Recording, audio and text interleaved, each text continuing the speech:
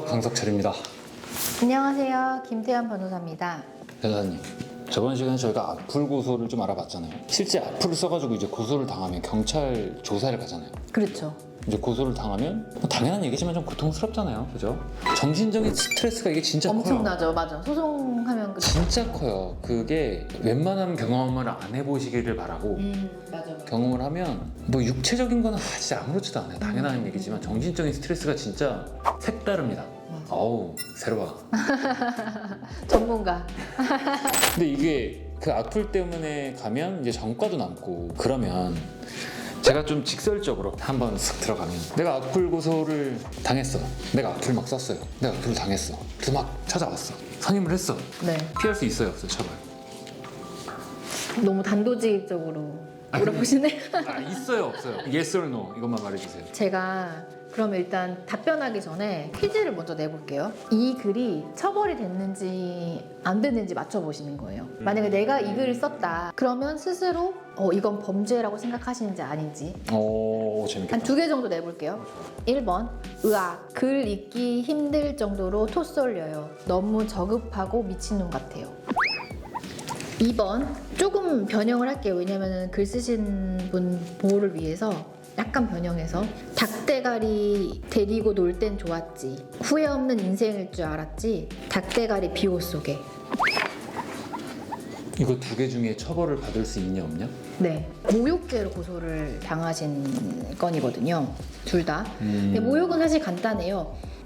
다른 사람에게 모욕감과 수치심을 줄 수 있는 글을 쓰게 되는 경우 성립을 하는데 피해자라고 해야 더 와닿으려나? 이 정도로 만약에 MC님한테 누군가가 이런 말을 했다. 와, 이거 되게 주관적이다. 닭대가리다. 그런 인생 사냐? 뭐 이런 식으로 쓴 거. 그 다음에 저급하고 미친놈이다. 화가 날 것 같은데? 지금 화가 나니까 모욕을 느낀 거지. 근데 저는... 이거는 2개 다 저희 회사에서 불송치 결정이라고 해서 처벌을 피한 사례예요. 왜요? 그 글마다 성립 요건을 완벽하게 갖춰야 되는데 사실 사이버상에서 이런 글을 쓰는 거는 수위의 문제도 있고 그리고 이게 누구를 지칭하느냐의 문제도 있고 그렇거든요. 되게 빠져나갈 구멍이 많구나. 맞아요. 정확하게 아시네. 그래서 사실 변호사가 이런 글을 받고 본인 나름의 전략을 세워야 돼요. 이게 방어 가능한 내용인지 해볼 수 있는 내용인지. 물론 이거 2개 다 아까 그 닭대가리 그 내용도 그 전후에 약간 성적인 얘기가 하나 더 있었거든요. 그래서 사실 방어하기가 되게 쉬운 글은 아니었어요. 그래서 이제 제가 처음에 상담했을 때부터 쉽지 않겠지만 일단 본인들 입장에서 전과가 생기면 안 되는 상황이었거든요. 2분 다. 그리고 합의도 안 되는 상황이었고 그래서 어쩔 수 없이 진행을 했죠. 그러니까 이런 경우는 변호사의 도움이 굉장히 높았다고 말할 수밖에 없거든요. 근데 이거는 여기서 말하기 좀 그렇긴 하거든요. 근데 지금 있어요, 이게. 근데 이건 좀 세요. 이것 때문에 빠져나갈 구멍이 없어졌어. 맞죠? 맞아요. 네. 어쨌든 이런 사안에서 처벌을 실제로 피했고 하나 사건은 정말 유명한 정치인이 고소했던 사건이에요. 그래서 사실 이분은 특정이 안 됐다고 하기도 되게 애매한 상황이라 굉장히 머리를 써서 고민을 했죠. 그래서 결국에는 어쨌든 처벌을 피하긴 됐어요. 일단은 판단하기 너무 어렵다. 이 글이 어떤 글이냐에 대해서 시간이 필요하다? 그러니까 판단을 해야 되는 이제 할 수 있냐 없냐 지금 말해주세요는 불가능한 대답이다. 상황도 알아야 되고 네. 글이 뭔지도 알아야 되고 이 글이 나오게 된 어떤 상황도 알아야 되고 이걸 알아야 뭔가 이걸 안 할 수 있게끔 계획을 세울 거고 맞아요. 그럴 거잖아. yes or no를 바로 답할 수는 없다. 그러면 제가 또 몇 개 단어를 더 얘기해 볼게요. 대국민 된장녀 인정. 이러니 기레기 소리를 듣지. 관종. 어때요? 이걸로 이런 얘기를 들었다. 이건 모욕이라고 생각하시겠어요? 아니면 이 정도는 아니지 생각을 하실 것 같으세요? 모욕이라고 생각이 들긴 하는데 근데 처벌은 불가할 것 같아요. 그러니까 약간 기분 나쁜 정도. 왜냐면 이 생각에는 그거 자체로 기분이 안 나쁠 수도 있고 난 맞아 할 수도 있는 거니까. 근데 기분이 나빴다고 해도 그 글을 쓴 사람이 난 당신한테 한 게 아닌데? 라든지 변명의 거리가 너무 많아요. 그래서 처벌하기는 좀 힘들지 않을까라는 생각. 이게 사실 약간 주관적인 부분이 있어요. 지금 들어보셔야 아시겠지만 일단 결론부터 말씀드리면 된장녀라는 거는 처벌을 피했고 관종은 저희가 고소를 한 사안인데 실제로 경찰 단계에서 불송치 결정이 나왔어요. 불송치 결정이라고 하면 처벌이 안 된다는 거예요. 그런데 그걸 저희가 대리를 했고, 제가 느꼈을 때는 관종이라는 말이 관심 종자라는 말이거든요. 근데 이게 약간 병이 있다는 말로 들리기도 하고, 어떻게 생각하면 약간 정신병자 같기도 하고, 그래서 이거는 제가 검찰에 이의를 제기를 했거든요. 경찰이 이거는 처벌되지 않는다고 판단했지만 납득이 안 된다. 그래서 어떻게 됐는지 아세요? 했어요? 다 처벌됐어요, 검찰에서. 관종이라는 그 네. 단어 때문에. 이게 유명인 사건인데 여자분이셨어요. 그러다 보니까 관종이라는 말을 너무 많이 하셔서 관종이라고 쓴 사람들을 거의 10명 정도 가까이 고소를 했거든요. 관종 멘트만. 근데 이거는 수치심을 느낄 수도 있지 않나? 라는 생각이 들어가지고 이의 신청을 해서 전부 처벌적으로 변경을 하기는 했어요.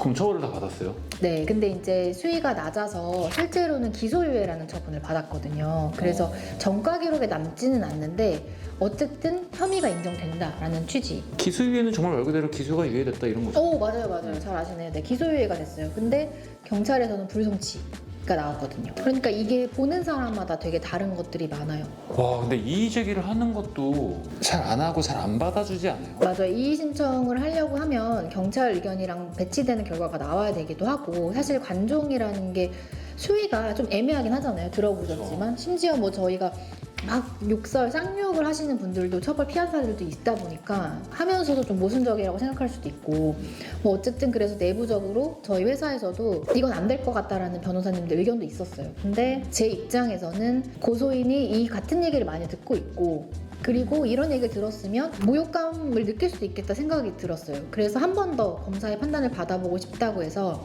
전부 다 이의 신청을 했고, 전부 다 그렇게 처분이 나오긴 했어요. 벌금은 당연히 내셨고. 기소유예가 되면 벌금이 내진 않아요. 벌금도 안 내고 네. 정가도 안 나가요? 네, 근데 교육조건부 기소유예라고 해서 교육을 시켜요. 그래서 조건 없는 기소유예라기보다는 교육을 하는 것을 조건으로 반성한다는 취지로 확인을 하고 기소유예를 해주는 거죠. 그럼 학교 다닐 때 그런 거네요. 뭐 잘못하면 봉사활동 시간 채워야 되고. 네네. 약간 뭐 가볍게 네, 약간 그런 얘기하면. 느낌 생각하시면 돼요. 네. 그러니까 댓글 한 줄씩 한 단어씩 쓰신 분들이니까 뭐 검찰 처분은 저도 이해가 되고, 사실 저희도 피해자들 건 많이 진행하지만 댓글 한 글자 실수해서 쓰는 경우 있거든요. 남들 다 관종이라고 하니까 자기도 그냥 쓴 사람들도 있고.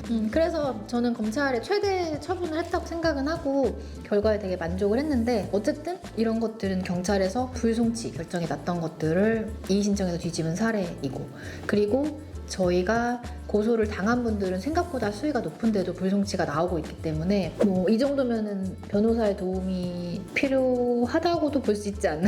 이건 필요한 거죠. 이건 필요한 거지, 진짜로. 근데 아까 얘기하더니 살짝 흘리면서 얘기를 했지만, 근데 다른 변호사분들은 이거를 안 돼, 이건 반대라고 얘기했다 그랬잖아요. 근데도 한 이유는 뭐예요? 아예 안 된다고 생각하진 않았고, 저는 가능성이 낮더라도 있다라고 일단 생각을 했고, 두 번째는 글도 되게 많았고, 사실 피해자 입장이라고 하면 이거를 쉽게 납득할 수 있을까 생각이 들었고, 그렇다고 하면은 이의 신청해서 결과를 뒤집어 보는 것도 의미가 있겠다 생각이 들었던 거죠. 그러면 그거 결과를 딱 봤어. 근데 반대했던 사람들 만약에 내 친구 변호사였어. 그러면 반응이 어때요? 그 변호사님들은 내부에서도 처음 저희 회사에 입사하시면 뭐 어리둥절해해요. 이게 되냐고.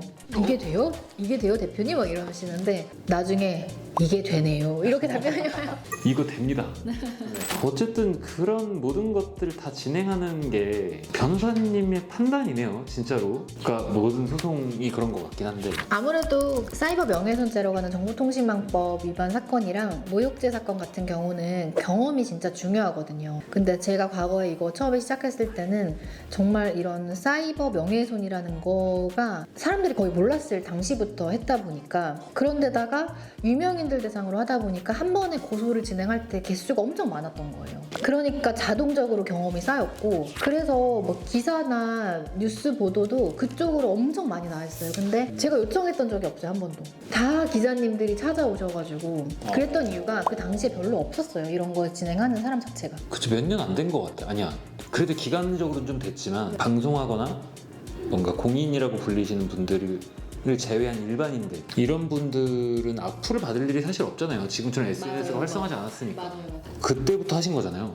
네, 2016년, 17년 때 그때는 정말 경찰서 가면 특이하게 쳐다보는 분도 있었고 근데 많지 않았어요 진짜로. 그때부터 엄청 한 거죠. 왜냐면 이제 유명인들이 먼저 했던 거고 당시에는 남순이라든지 유명한 BJ분들 송대익 씨 뭐 이런 분들 뭐 이런 분들은 어쨌든 방송하시면서 악플이 많았고 그리고 연예인분들 뭐 누구라고 말씀드리기 어렵지만 연예인분들도 이런 일들을 워낙 많이 겪기 때문에 연예인들 악플 사건을 다수 건을 처음부터 많이 하다 보니까 경험이 되게 많이 쌓였고 또 그 경험 때문에 또 많이 오시고 하니까 그래서 이런 건 이렇게 피할 수 있고 이런 건 이렇게 하면 처벌시킬 수 있겠다라는 어떤 경우의 수를 많이 알게 되는 거죠. 김태현 법률사무소 뭐다? 악플도 잘한다.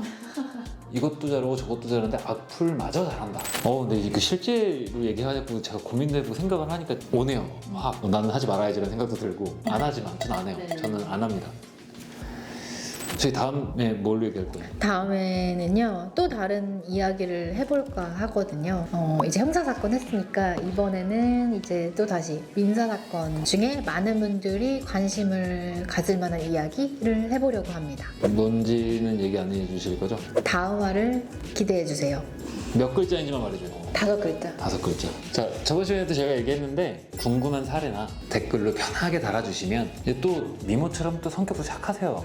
댓글도 바로바로 시간이 진짜 없는데 여러분들을 사랑해서 이렇게 또 댓글을 잘 다십니다. 자, 그럼 오늘은 악플 고수 이제 실제 사례에 관련해서 저희가 얘기를 나눠봤는데 이제 5글자인 다음이 뭔지 모르지만 그걸 만나보도록 하겠습니다. 끝.